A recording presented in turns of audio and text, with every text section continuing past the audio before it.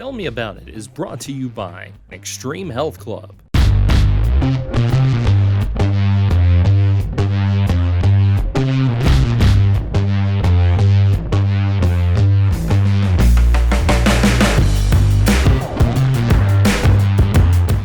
Hi, I'm James Brown here on Tell Me About It, Glasgow EPB Channel 6 local channel. Catch the show every Thursday at 6 p.m. I'm with 104 The Score, and then I have Trevent Hayes here with KY Sports TV, and he's going to tell us about how right he is today here on our fantastic show. Apparently he knows all, and he's going to prove it to us. Start proving. Well, we'll go back to the... Let's recap the boys first. Yeah. Let's recap fourth region boys. Let's recap it. Cumberland County never stood a chance against Bowling Green. No. Never. I do like the big hit from Bowling Green, from Cumberland County. Yeah, Zachary Harwood. And then I think they call him Ray. Yes, Ray. Yeah. Ray. And is it Purdue? Yeah. He's Ray a player. Purdue, yeah. Yes, he's a player. But, you know, Bowling Green had too many athletes for Cumberland County to compete with. Yeah. Well, I mean, they have the size advantage with Ritter, but it's really the guard play for Bowling Green. It's the guard play. It's the guard play. And then, you know, I knew that Warren Central and Glasgow was going to be exactly what it was. Is that right? Of course I did. And you know, I actually gave 10 less points. I said it'd be a 25-point game. Yeah. I mean, and I guess it was until, I think Warren Central scored 24 points in the fourth quarter when it just became a free-for-all. Right. So, I mean, it kind of got out of control there in the fourth quarter. I left at the third quarter. Yeah. I mean, it was a 20-point game, I think, going into the fourth, 25-point game. But anyway, again, I think the thing for Warren Central, and this also proved out in the championship game, the size that they have. The length. Yeah. It's not, they don't have a post-up player that's going to just post up in there, but you got 6'4" to 6'6", and they can cover the whole court defensively, and then offensively, they're just all over the boards. And, you know, the first quarter against Glasgow was 14-12. Glasgow was hanging in there with them, and then they just started pushing it away in the second quarter. Glasgow had some unforced turnovers that led to transition baskets. And, I mean, you know, the two things you can't do is turn the ball over, and then you definitely can't turn it over and give Warren Central just easy looks on the other end because they're just too good for that. Right. And, you know, I still like Bradley. Mm-hmm. He's still, you know, JC, I thought JC was going to come out and have a great game. I mean, he hit 2 quick shots, and I think Warren Central blocked a few shots. Yeah. And then it started changing Glasgow's whole offense. Yeah, they were having a hard time hitting inside shots. And again, I mean, you just got these guys, Starks and Bratton and Cade Unseld, to just close out on you on the outside. And then they bring in these 2 dudes off the bench who I think one's a freshman and one's a sophomore. Both those guys are rangy too. I mean, it's everybody Unseld puts on the court is a problem defensively. And Glasgow, I think at one time Glasgow missed like 5 or 6 layups in a row. Yeah. It was... Well, it's just that contestant inside. Right. You're looking for the defender at that point. Right. Instead of the shot. And then we get to the championship game, and I said it from the jump, Warren Central was going to win. I think they beat Bowling Green by 5 the first time, 5 the second time, and then they beat them by 27. Was it 27? Somewhere in there, Bowling almost 30. Central, yeah, Bowling Green beat them in the finals of the district. Yeah.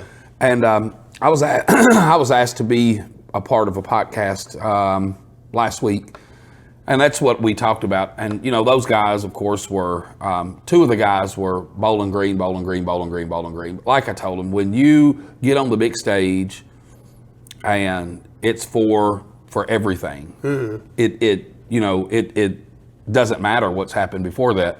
But like you said earlier, you still got to go through Bowling Green, and you still got to go through Warren Central to go to Rupp Arena. Yeah.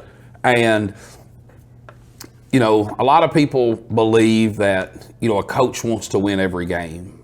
I'm not with that philosophy, because I talked to Coach Unseld before we did the podcast, and I said, Coach, I'm going to give you my honest opinion, And I said, you probably wanted to win one of the first 2 games, but once you didn't, I said, did you really have a lot of confidence going into the district championship game? I said, I feel like that you knew you could beat them one time.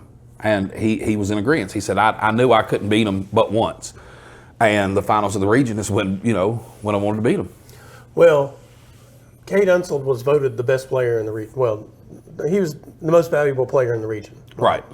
And some folks kind of scoffed at that because he didn't play the whole season. Right. He was in and out with injuries. He didn't play before he didn't play until they played their first game in January, and they only played 5 games before then. Right. And Starks didn't play. But Unsold, Cade was being in and out, and folks were like, well, he's still the best player in the region. In that championship game, he absolutely demonstrated it. Showed that he was the best player in the region, and I think it validated him winning the 4th Region Player of the Year. Oh, yeah. It was kind of like, he had the same mindset as his father in that sense. It didn't matter. The regular season didn't matter. Nothing mattered except winning that regional championship game. At one point, Warren Central was 9-9. Yeah. I mean, they started the year by losing to Beth Haven and then Russell County. I think they lost. Maybe they won that game in the end, but it was like a dead heat with Russell County. So, I mean, we knew that wasn't the same team that we were going to see when we got to the regional tournament. So, the outcome of the championship game is not the least bit shocking. There was, and I think this is still the case, at one point, the team that won the 14th District Championship lost the 4th Region Championship when they played each other. And that had been going on for like 6 or 7 years, and I think that's still the case. So I don't think the winner of the district title game has won the region. Right. So if I'm DG Sherrill, I guess at Bowling Green, I'm trying everything. I might not take a shot in that game. You don't want to win the district. Yeah, I'm like, this district means nothing. I just want to lose this thing. What are we going to do? We're going to kick all the balls out of bounds as we dribble down the court, let them have 100. And around the state, the 5th Region, we both were in agreement that this was the year that anybody could win the region in the 5th Region. Yeah. But I think Adair County won it they proved they were the best team in the region. Yeah. They absolutely dominated North Hardin, and the Bethlehem game was never a question. And I talked to Coach Breeze before the championship game, and wished him well.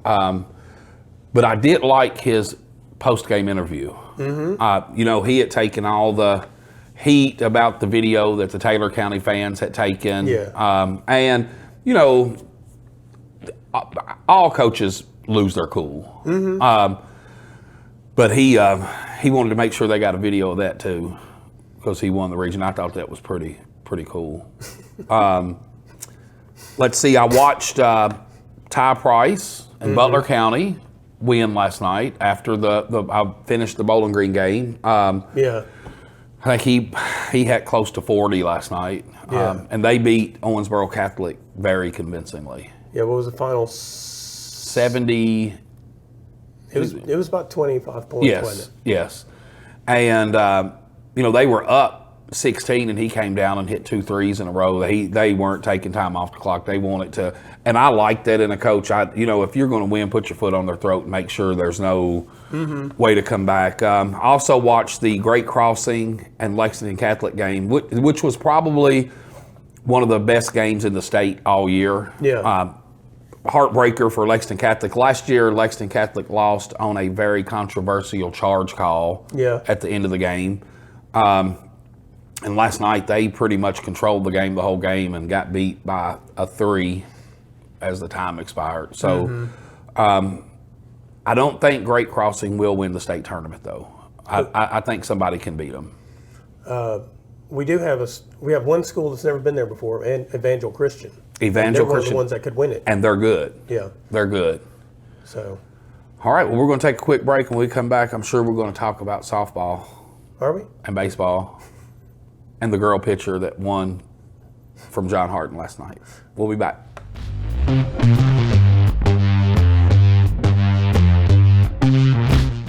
Extreme Fitness has doubled in size. Now, with over 8,000 square feet of co-ed weights and an upgraded 90-degree saline therapy pool.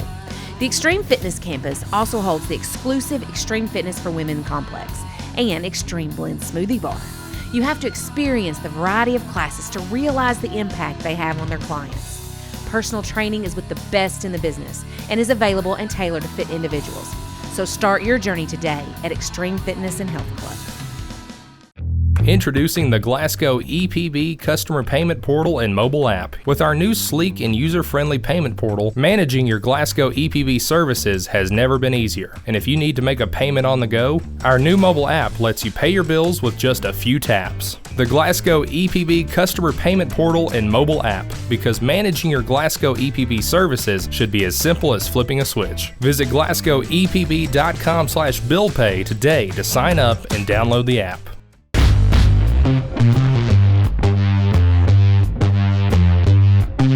Welcome back to Tell Me About It. I'm James Brown, 104 The Score, and then I am here with Trevent Hayes, KY Sports TV.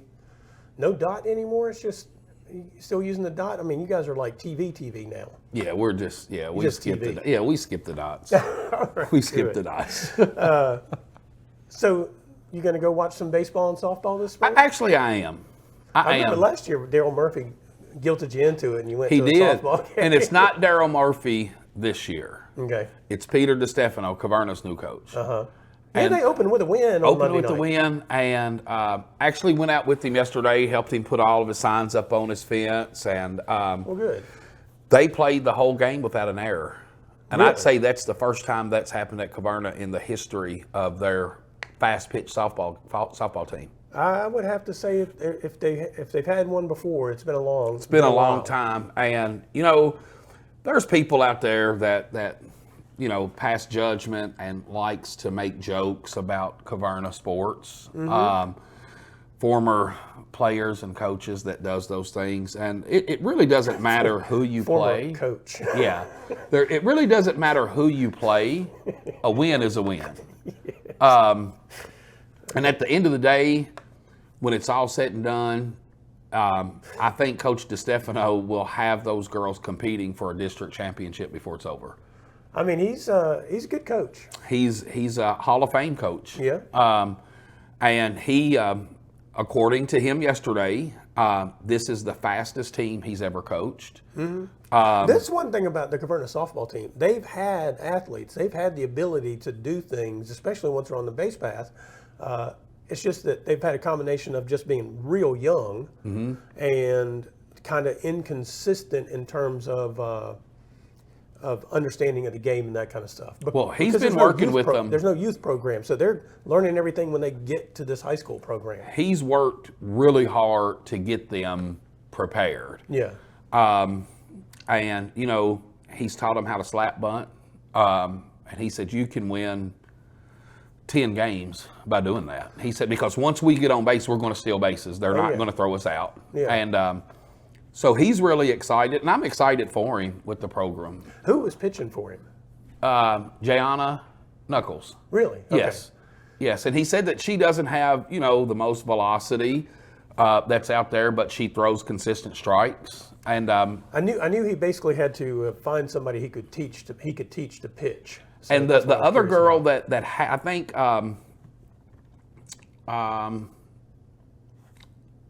I can't think of her name. I know her nickname. They call her Tink Tink. She tore her ACL at the Barron County basketball game. Yes. Okay. She's the bigger kid, and Yeah. I think she throws it, quite a bit harder. Yes. But she's still rehabbing the ACL, so I doubt if she's going to make it Yeah. through the season or get to play this season. But he was really high on Summer Salee. Yeah. Said that she hit one off the top of the fence, and he's got really high expectations for her. And he said that she could start on any team that he's ever coached. And that says a lot because he's won multiple regional championships. Yeah, Summer, I was impressed with her during basketball season, just how much her game developed during basketball season. And so, I to be honest with you, I've seen her play softball before, and I've thought that she's a pretty natural softball player. Yeah. So- And DiStefano's a coach that, hey, if the kids don't come to practice, then we won't play the next day. And that's what you have to have. You have to have discipline. You know, he's not going to let those girls come out and do whatever they want to do. Yeah. You know, he's not going to hammer them in the head, but, you know, he'll just tell them to go to the house. And by him doing that leading up to where we're at, you know, the girls have really bought into him fairly fast. Yeah. Well, that's good. Let's talk about a little Barron County softball. I saw they was hitting dingers and everything. Yeah, they opened with a really good win against Bowling Green. I think it was 12-0 was the final. Then they went and they played the number one. They're number 2 in the region, maybe. I think that was in the preseason rankings. They were number 2 in the region. Down South Warren? Yeah, South Warren. And so they played South Warren on Tuesday. They lost that game 6-1. Coach Murphy's amped up his schedule this year. So like this weekend, they're going to play at Mail. I think they play Mail and Frederick Douglass, I think, this weekend. So he's amped up his schedule. Chloe Witcher's back as a pitcher. They didn't, you know, she's just a freshman. Last year was an 8th grader when she started. They didn't know what they had.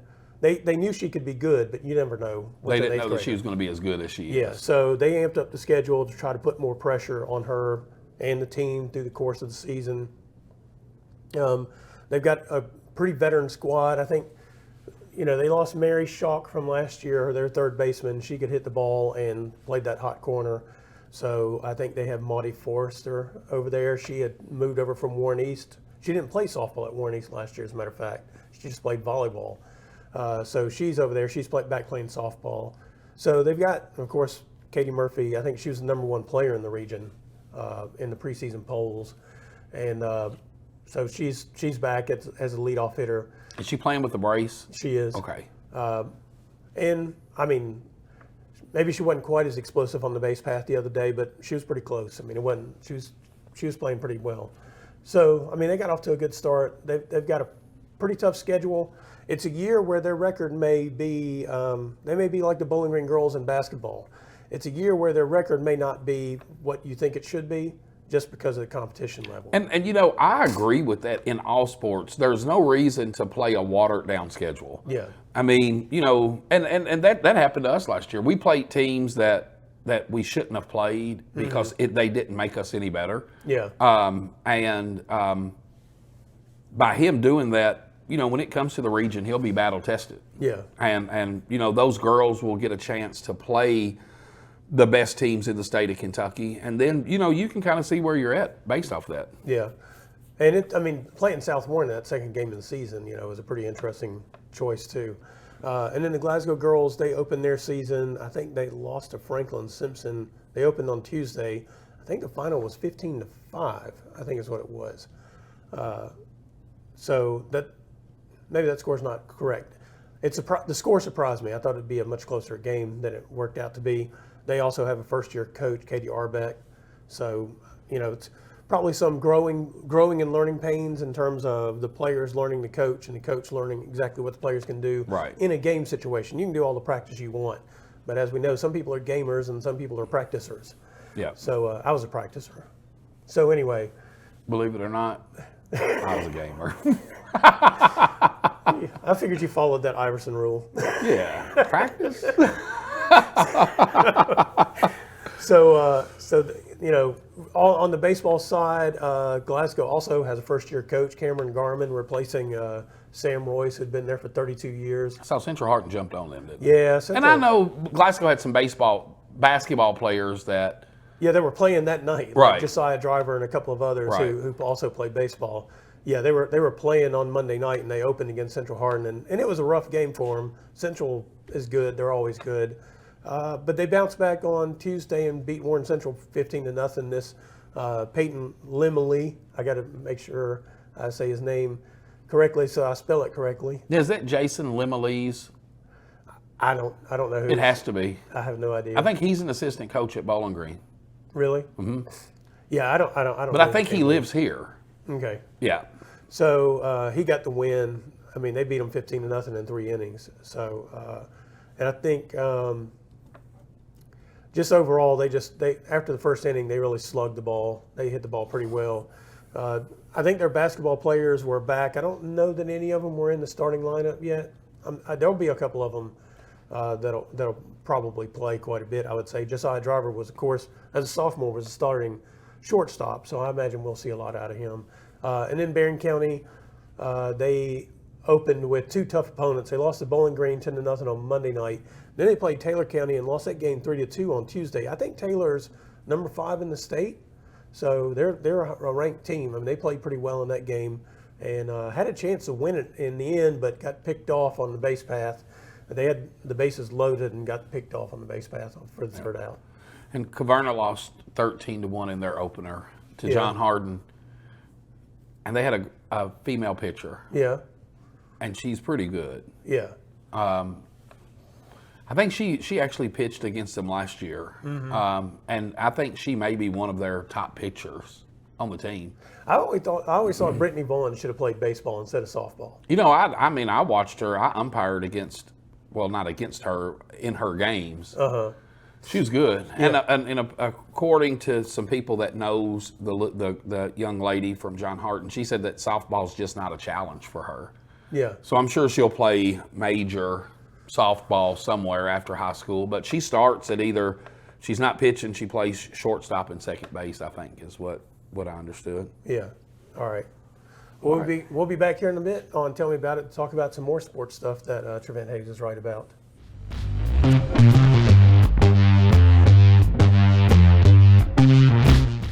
Extreme Fitness has doubled in size, now with over 8,000 square feet of co-ed weights and an upgraded 90-degree saline therapy pool.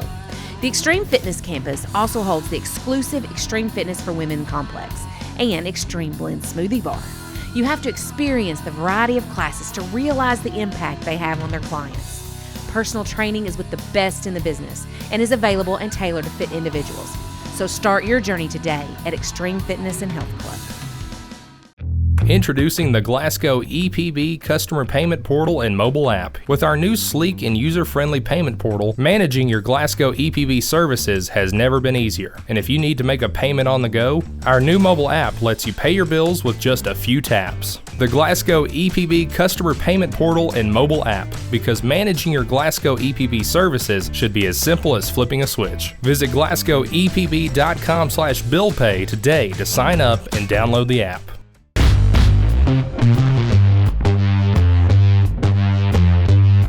We're back. James Brown and Trevent Hayes on Tell Me About It, Glasgow Electric Plant Board Channel 6, the local channel, 104 The Score, and KY Sports TV. I think the pain is over. Dang, that was a question I was going to ask you, and you delivered it better than the question I was going to ask. Because I'm usually right. You know, I watched the game the first round of the ACC tournament. Yeah, against NC State. And they didn't have their number one scorer playing. But still, probably one of the better showings that Louisville had in the last few games. Sky They were at Clark, least scrappy in it. they were. Sky Clark proved finally that he's a player. He had a terrible season this year. And I don't know how I would be in that situation when you're playing with controversy inside your program. I'm sure it's hard to play. It makes me think about when Mason Faulkner was at Louisville, and he and I have discussed that whenever he came on the show, The Brown Sports Bag, and we talked about, the challenges of being in the midst, a player in a program, and all you really want to do is focus on school and playing basketball. And you've got all of this extra stuff coming Outside. at you, through social, and I don't mean the media, I just mean social media, family, what's going on? You go somewhere and everybody wants to know what's going on. And it's got to be hard to play in that situation. Yeah. I mean, also you're playing on a team in this year's version, knowing that you're not going to be playing for this coach next year if you're at Louisville or not. Right. So whatever brought you there. Is it going to be enough to keep you? I think one of the things that's going to make a difference is whoever they bring in they're going to have to really utilize the NIL deals. Yeah. They have to. I don't think Kenny Payne was big on the NILs, and that was his choice. But in today's game, you have to be a fan of the NILs if you're a coach. You have to be. That's the reason Nick Saban retired. You know, I think of it this way. When you're the head coach of the program, your job is, you're the CEO. Your job is to manage the program. Manage the program. But that does mean you have to have people on your staff who are in tune with What's going on. Yeah. And even if you're not, you don't have to know everything. You just have to be able to sit down and have them explain to you, here's what we need to do.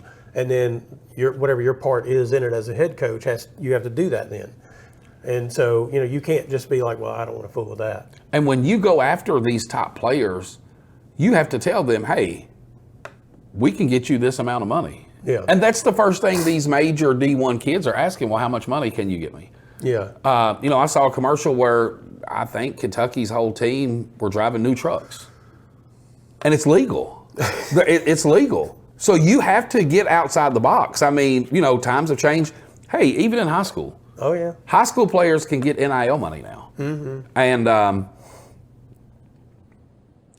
I've heard rumors that they're going to go after Scott Drew.